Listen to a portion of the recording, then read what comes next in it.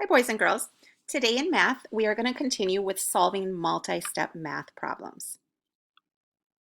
Let's refresh on the strategy UPS check. Remember, U stands for understand. What are you looking for? You're going to bracket your question. And then what do you know? You're going to circle important numbers and then underline your labels. Then you'll move on to the plan step. You're going to choose a strategy. How are you going to solve this problem? And what operations are you going to use to solve it? Then you're going to, of course, move on to the solve and show all of your work. And then you're going to check over your work, check over your answer, make sure it's reasonable. You need the following materials. So you need a worksheet that looks just like this. You will find it in your red math folder. It is called Multi-Step Word Problems, Addition, Subtraction, and Multiplication. And you need a pencil. So go ahead and pause the video right now and go look for your materials. We're going to do the first part together. So if you look here, these are our operations that we are going to use to solve these problems. We have addition, which is combining groups.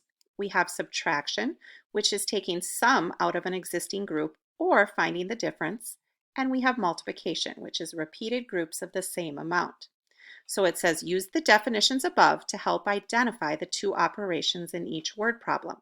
Then solve the problem. So let's look at our first problem. Example 1.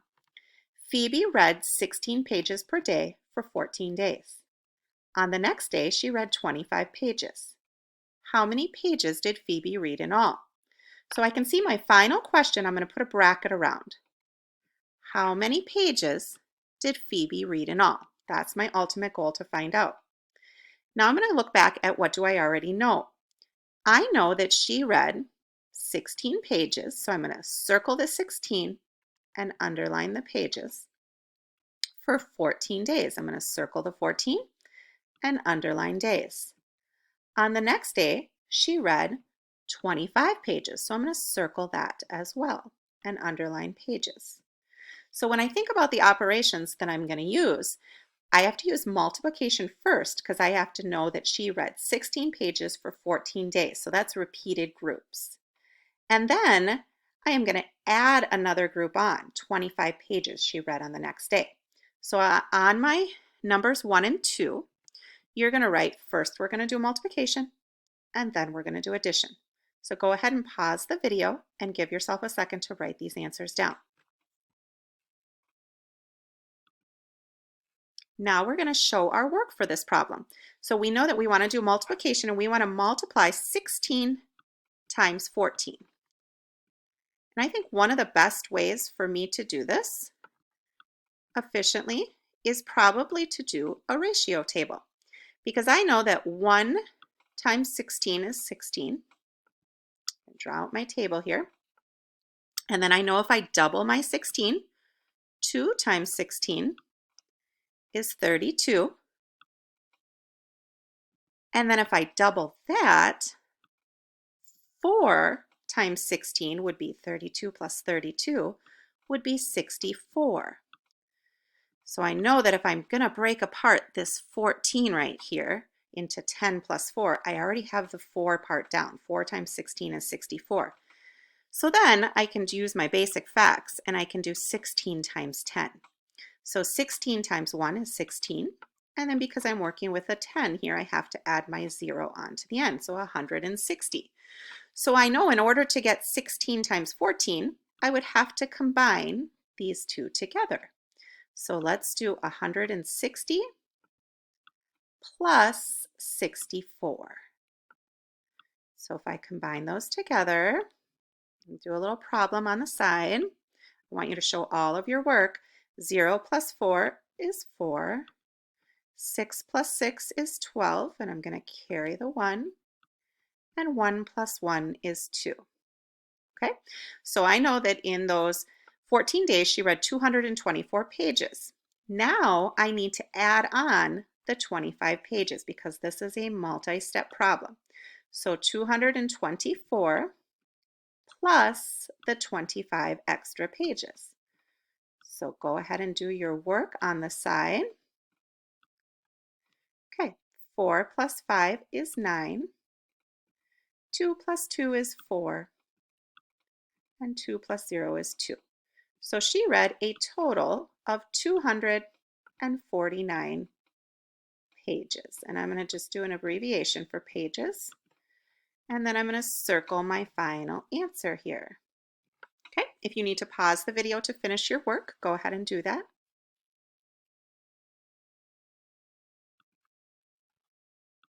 All right, we are going to continue with example 2.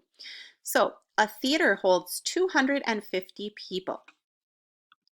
And I'm going to circle right away, 250 people. At tonight's show, 9 rows are full. Each row, that's important, holds 18 people. So how many empty seats are there at tonight's show? That is the final question that I want to figure out. How many empty seats? So I'm going to put a bracket around my final question. So if I look at this, I know there's 250 people in the theater. But what I first need to know is how many people were at tonight's show. 9 rows of 18 people. So that's repeated groups. So first I'm going to do multiplication. You're going to write that down as your first step. And then second, I'm going to take my total from those 9 rows and I'm going to subtract it from the total amount of people that the theater can hold. So subtraction would be my second step. So go ahead and pause your video and make sure you write those down. And then we're going to show our work. So I know my multiplication, 9 times 18, is my first step. 9 times 18. And I think this time I am going to use partial products. I'm going to break it apart into 2 boxes here. And I know that I'm multiplying 9 times 18. I'm going to break apart that 18 into a 10 plus 8. Okay, so in my first box, 9 times 10 is 90. And in my second box, my basic fact, 8 times 9 is 72. Then I have to combine these 2 partial products together. Okay, so 90 plus 72.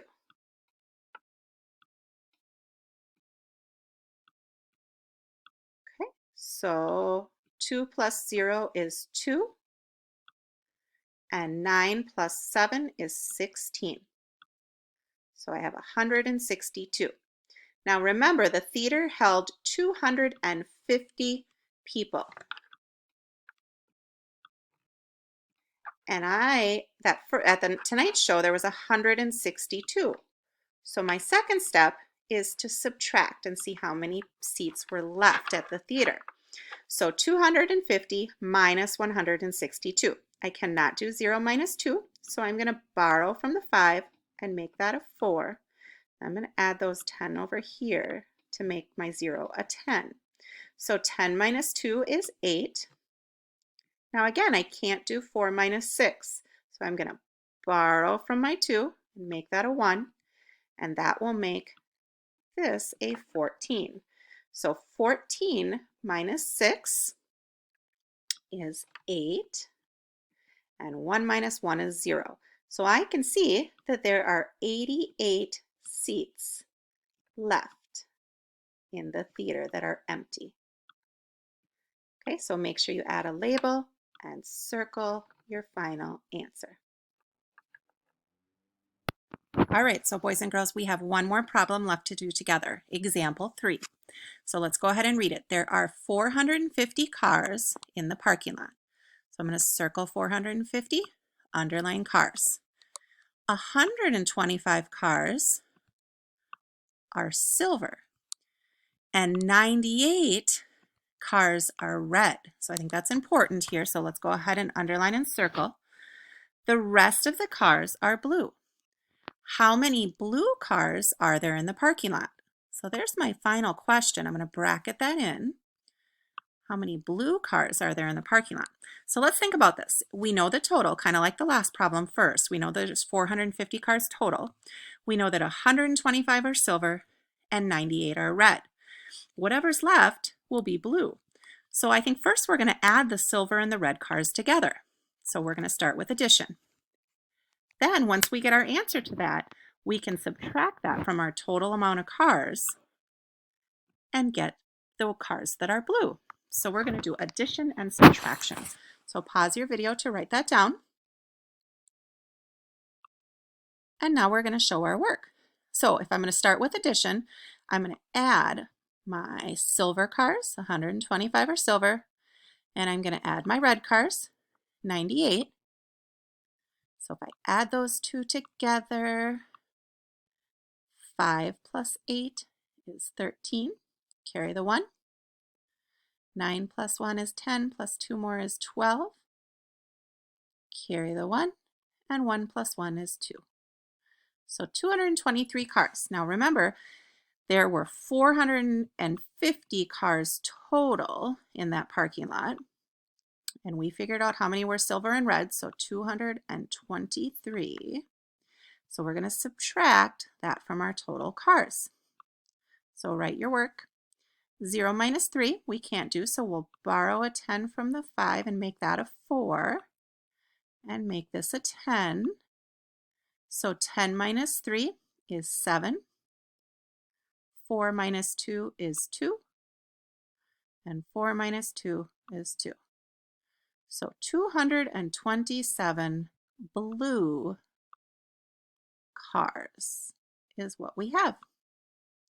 So make sure you always end your problem with a label. One way we could have checked to make sure we were right is if we add our 227 to our 223, we should get 450. Okay? So now your job is you need to go back to your red math folder. You need to find the worksheet that is titled Partner Practice. And then you have 3 problems that you need to do. Make sure you use your understand, plan, solve, and check.